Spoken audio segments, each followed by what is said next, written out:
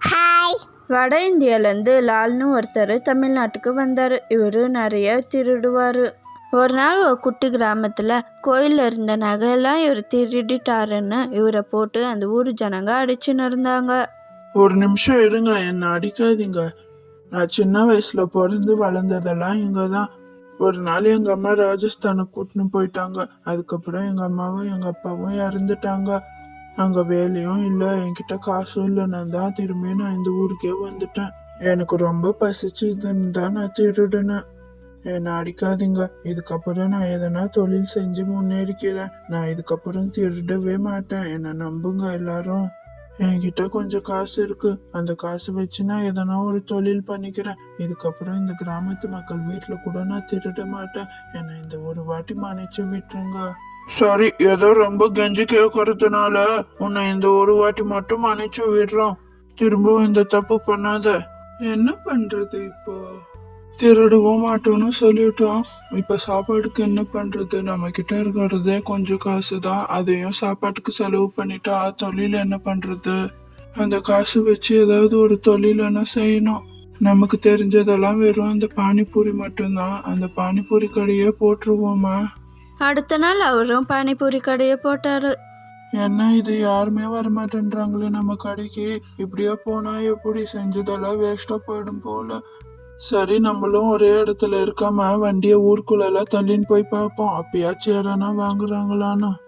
அவரும் ஊருக்குள்ளெல்லாம் தள்ளின்னு போய் பார்த்தாரு அந்த வண்டியை. அப்போ கூட யாருமே வந்து வாங்கல பானிபூரிய. பானிபூரி பானிபூரி பானிபூரி பானிபூரி பானிபூரி பானிபூரி.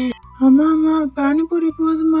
எனக்கு பானிபூரி வாங்கித்தாமா, எனக்கு சாப்பிடணும்னு தோணுதுமா, ப்ளீஸ்மா.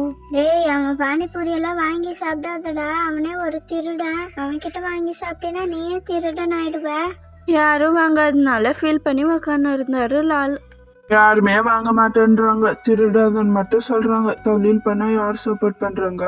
அடுத்த நாள் அந்த ஊர் மக்கள் நகை எல்லாம் காணாம போயிடுச்சு. ஏன்னா முத்தண்ணா, எங்க வீட்டுல இருந்த நகை ஒண்ணு கூட காணனா. நீ எதனா பாத்தியானா? எங்க போச்சுன்னே தெரியலண்ணா. திருட அவனா வந்தானா? அட நீ வேறமா, என் வீட்டு நகை கூட காணும். எல்லாரும் வீட்டு நகை காணும்னு நினைக்கிறேன். அந்த எதிர் வீட்டு அம்மாவை கொஞ்சம் கூப்பிடு. ரோஜா, ரோஜா, இங்க வாமா கொஞ்சம். ரோஜா, ஏமா எங்க வீட்டுல இருந்த நகைலாம் காணுமா? உன் வீட்டுல எப்படிமா? நகைலாம் இருக்கா? இல்லக்கா, என் வீட்டு நகை கூட காணும். எனக்கு என்னவோ அந்த லால் தான் எடுத்திருப்பான்னு நினைக்கிறேன். எல்லாரும் அவன் வீட்டுல போய் கேட்குவோம். வாங்க கொஞ்சம். யாரும் லால் வீட்டுக்கு போனாங்க. ஏன்பா லால், நீ தானே எங்க வீட்டு நகையெல்லாம் திருடி வச்சுன்னு இருக்கா? நீ தானே, எனக்கு நல்லா தெரியும். ஒழுங்கா ஒத்துக்கோ. உன்னை தவிர இந்த ஊருக்குள்ள வேற யாரும் திருடி இருக்க மாட்டாங்க. உனக்கு தான் எல்லாரும் வீட்டு சீக்கிரட்டும் தெரியுமே. ஒழுங்கா சொல்லு. நான்லாம் ஒன்னும் உங்க வீட்டு நகையெல்லாம் திருடல. ஆனா யார் திருடுனாங்கன்னு எனக்கு நல்லா தெரியும்.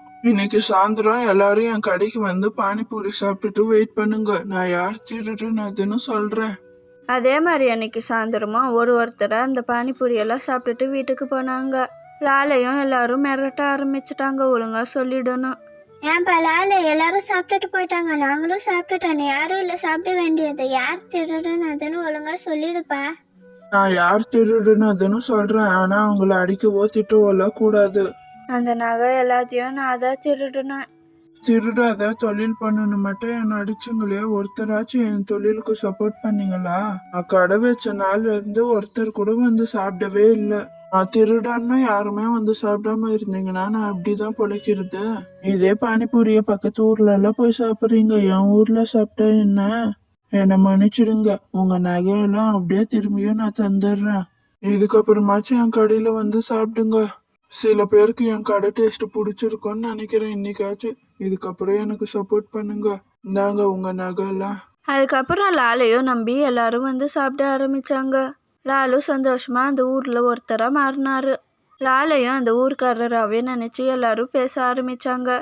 உங்களுக்கு day to day life stories வேணுமா, நீதி கதை வேணுமா, இல்லை எந்த மாதிரி ஸ்டோரிஸ் வேணும்னு கமெண்ட்ல சொல்லுங்க ஃப்ரெண்ட்ஸ். அடுத்த வீடியோவில் பார்ப்போம். பாய்.